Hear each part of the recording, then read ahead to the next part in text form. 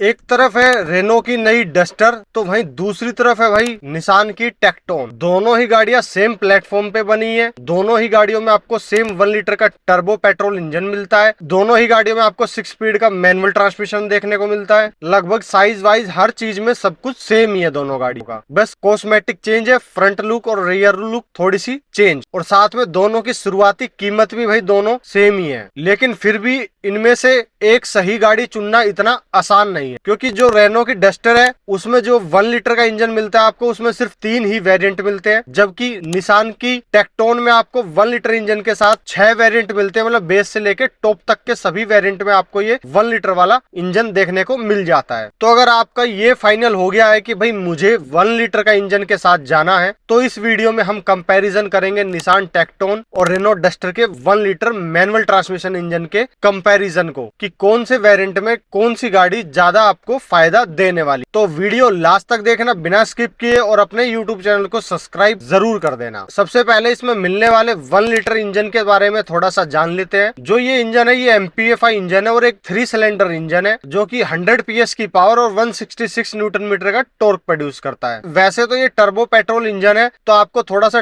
Turbo भी feel होने वाला है, और 3 सिलेंडर इंजन होने की वजह से थोड़ी सी वाइब्रेशन और थोड़ी सी नॉइस भी फील होने वाली। और ये खासकर ये इंजन बनाया भाई सिटी के पर्पज के लिए, क्योंकि इसमें माइलेज भी आपको थोड़ी ज्यादा मिलेगी, और ये थोड़ा सा 1.3 लीटर के मुकाबले बजट में भी आ जाता है। पर इसमें दिक्कत ये है कि इसमें सिर्फ आपको मैनुअल ही ट्रांसमिशन मिलेगा। तो अगर आप bumper to bumper traffic daily face करते हो तो फिर कहीं ना कहीं आपके लिए थोड़ी सी दिक्कत होने वाली है। पर अगर नॉर्मल ट्रैफिक फेस करते हो और आपको मैनुअल ट्रांसमिशन से दिक्कत नहीं है, तो फिर आप इसके 1 लीटर के इंजन के साथ जा सकते हो। और ये इंजन आपको कभी कभी अगर आप हाईवे ट्रिप्स भी करते हो तो वहां पे भी आपका काम चला देगा। गाड़ी जब भाई 1500-1800 RPM से नीचे रहेगी, तब आपको कहीं ना कहीं थोड़ा सा इसमें स्ट्रगल करता हुआ ये इंजन दिखाई देगा। और जब हाईवे पे आप फुल लोड के साथ इसको ओवरटेक करोगे, तब कहीं ना कहीं ये थोड़ा सा आपको ओवरटेक के लिए प्लानिंग करनी पड़ेगी, आपको गियर डाउन करने पड़ेंगे, और थोड़ा सा वहां पे आपको स्ट्रगल करता हुआ ये दिखाई देने वाला है। अब दोस्तों बात कर लेते हैं दोनों गाड़ियों में सेम क्या है। तो भाई जो दोनों सेम ही प्लेटफॉर्म पे बनी है, जो कि रेनो निसान के अलायंस से बना हुआ प्लेटफॉर्म है, इसलिए दोनों में लगभग समान आपको wheel base, cabin space, boot space, ground clearance, engine, transmission, suspension architecture और बेसिक बॉडी स्ट्रक्चर, ये सब आपको दोनों गाड़ियों में सेम ही मिलने वाले हैं। और अगर बात करें सेफ्टी की, तो दोनों ही गाड़ियों में आपको सेम ही सेफ्टी के फीचर्स मिलने वाले हैं। 6 एयरबैग और ABS EBD जो भी सेफ्टी के रिलेटेड है, दोनों गाड़ियों में आपको सेम ही मिलने वाले। तो जो मुकाबला होने वाला है वो होने वाला है प्राइसिंग और वेरिएंट्स, फीचर्स और वारंटी। तो सबसे पहले बात कर लेते हैं हम इनके बेस वेरिएंट का, जो कि दोनों की सेम ही कीमत पे स्टार्टिंग है। डस्टर में आपको मिलता है ऑथेंटिक, तो टेक्टोन में आपको मिलता है VCR, जो कि 10,49,000 एक्स शोरूम के प्राइस पे दोनों ही गाड़ियां आपको मिलने वाली। तो भाई अगर बात करें दोनों के फीचर कंपैरिजन की, वैसे तो दोनों गाड़ियों में सेम ही आपको फीचर मिल जाएंगे। अगर कोई डिफरेंस आता है तो भाई जो निसान की टेक्टोन है उसका जो VCR वेरिएंट है उसमें आपको भाई 4 स्पीकर मिल जाते हैं, मतलब आपको सिर्फ टच स्क्रीन लगानी है। तो वहीं पे ही जो रेनो की डस्टर है भाई, उसमें जो रियर की सीट है वो 60/40 मिल जाती है आपको सेंटर आर्मरेस्ट के साथ। तो ये छोटे मोटे फीचर डिफरेंस है, कोई ऐसा खास मेजर डिफरेंस नहीं है। तो दोनों ही गाड़ियां सेम ही बजट के अंदर सेम ही प्राइस पे आपको ये मिल जाती। तो अगर जिसका सर्विस सेंटर आपके नजदीक है, उस गाड़ी की तरफ आप इस वेरिएंट में, बेस वेरिएंट में आप जा सकते हो। नेक्स्ट जो वेरिएंट आता है वो आता है VCR प्लस, जो कि निसान टेक्टोन में मिलता है। और इसके अपोजिट में आपको रेनो की डस्टर में कोई ऐसा वेरिएंट नहीं मिल रहा है जो सेम प्राइस के ऊपर है। जो मिल रहा है वो 60-70 हजार रुपए महंगा है। तो ये वेरिएंट उन लोगों के लिए जिनको भाई थोड़े कम बजट के अंदर एक company fitted music system, touch screen वगैरह उसको कंपनी फिटेड चाहिए रियर व्यू कैमरा के साथ, तो ये वेरिएंट उन लोगों के लिए बेस्ट बन जाता है कि आपके 60-70 हजार रुपए बच जाते हैं और आपको एक कंपनी फिटेड म्यूजिक सिस्टम मिल जाता है। दोनों के बीच का एक नया वेरिएंट इन्होंने निकाल के प्लस वेरिएंट दे दिया, ताकि जिनका बजट टाइट है वो इसकी तरफ जा सकते हैं। इसके बाद आ जाता है भाई निसान टेक्टोन का एसेंटा वेरिएंट, जिसका एक शोरूम प्राइस 11,80,000 है। तो वहीं इसके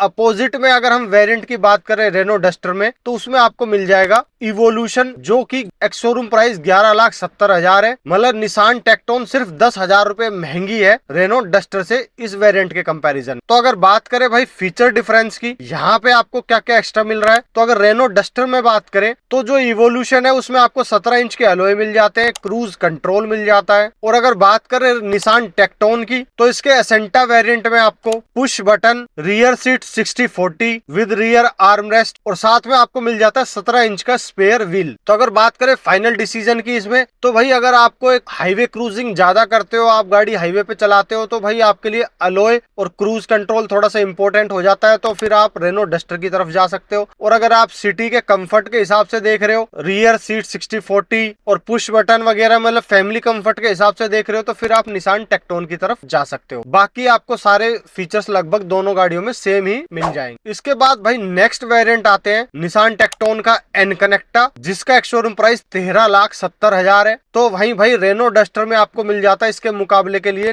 टेक्नो वेरिएंट, जिसका एक शोरूम प्राइस 13,50,000 है। तो अगर बात करें भाई रेनो डस्टर की, तो इसमें आपको इलेक्ट्रिक पावर टेलगेट रिलीज मिल जाता है, मतलब पीछे की भाई बूट को आप इलेक्ट्रिकली ओपन कर सकते हो। पर इसमें आपको मिलते हैं 17 इंच के अलॉय, जबकि जो निसान टेक्टोन का एनकनेक्टा वेरिएंट है उसमें आपको मिल जाते हैं 18 इंच के अलॉय, जो कि रोड प्रेजेंस थोड़ी सी ज्यादा बेहतर बना देते हैं। और साथ में इसमें आपको जो एनकनेक्टा है उसमें 10.25 इंच की MID मिल जाती है, जो कि डिजिटल हो जाती है, तो थोड़ा सा अंदर का प्रीमियम और बढ़ जाता है। बाकी तो जो फीचर्स हैं वो आपको दोनों गाड़ियों में सेम ही लगभग मिल जाते हैं। तो भाई अगर आपको अंदर और बाहर से थोड़ा सा प्रीमियम और बढ़ाना है तो निसान टेक्टोन की तरफ जा सकते हो, जिसका एनकनेक्टा। और अगर आपको भाई पावर टेलगेट रिलीज चाहिए, साथ में 1 इंच छोटा टायर चाहिए, जब आगे आप टायर को चेंज कराओगे तो भाई थोड़ा सा सस्ता पड़ जाएगा, तो फिर आप Reno duster K techno variant की तरफ जा सकते हो। बाकी अगर हम बात करें भाई इससे ऊपर के वेरिएंट, तो इससे ऊपर के वेरिएंट में आपको निसान टेक्टोन में तो ऑप्शन मिल जाएंगे टेक्ना और टेक्ना प्लस, पर इस 1 लीटर इंजन के साथ आपको रेनो डस्टर में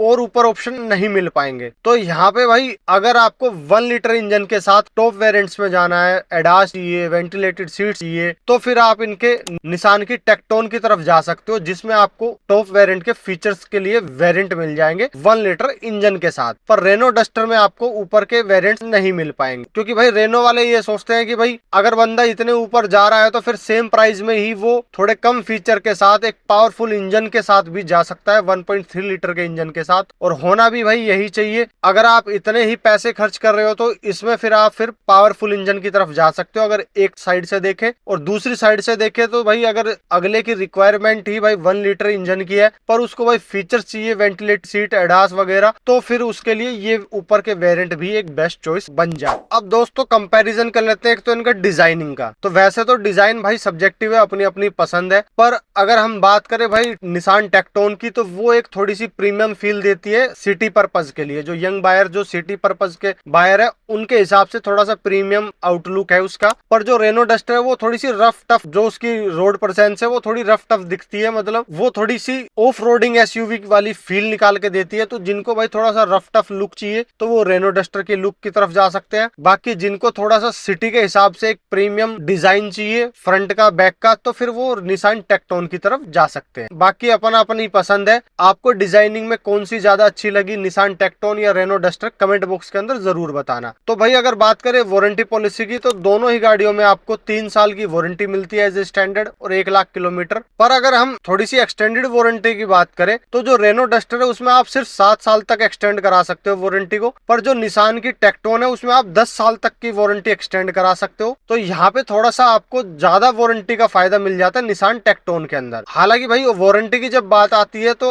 आपको डीलर से थोड़ा सा अच्छे से डिटेल में बात करना है कि आगे जब वारंटी एक्सटेंड होगी तो उसमें आप क्या क्या कवर दोगे, कितने साल पे क्या क्या कवर होगा और क्या क्या हटेगा। क्योंकि डीलर ये तो बता देते हैं कि भाई वारंटी इतने साल की एक्सटेंड हो जाती है, पर उसमें ये नहीं बताते कि क्या क्या कवर हो रहा है। तो उसकी थोड़ी सी अच्छे से डिटेल ले लेना, ताकि आपको ये पता चल जाए कि भाई क्या कवर हो रहा है, क्या नहीं हो रहा है, और आपके लिए वो यूजफुल है या नहीं है, वो आपको कॉन्फिडेंस दे रहा है या नहीं दे रहा है वारंटी, जिसकी वजह से आप इनके प्रोडक्ट के ऊपर जाओ। नेक्स्ट जो पॉइंट है भाई वो मेन फैसला करेगा आपको कि कौन सी गाड़ी की तरफ जाना है, जो कि है सर्विस सेंटर। वैसे तो भाई रेनो के सर्विस सेंटर ज्यादा है निसान के मुकाबले, पर ये इतना जरूरी नहीं है कि भाई कितने ज्यादा सर्विस सेंटर है। ये ज्यादा जरूरी है कि भाई आपके घर के पास कौन सा सर्विस सेंटर है, मतलब किस कंपनी का आपके घर के पास सर्विस सेंटर बेटर है। तो गाड़ी बुक करने से पहले कुछ पॉइंटों का ध्यान जरूर दें कि आपके घर से सर्विस सेंटर की दूरी कितनी है, दुर्घटना होने पे बॉडी पार्ट्स वगैरह का काम उसी सर्विस सेंटर में हो जाएगा या नहीं होगा, जो नॉर्मल पार्ट्स है उनकी अवेलेबिलिटी में कितना टाइम लगेगा,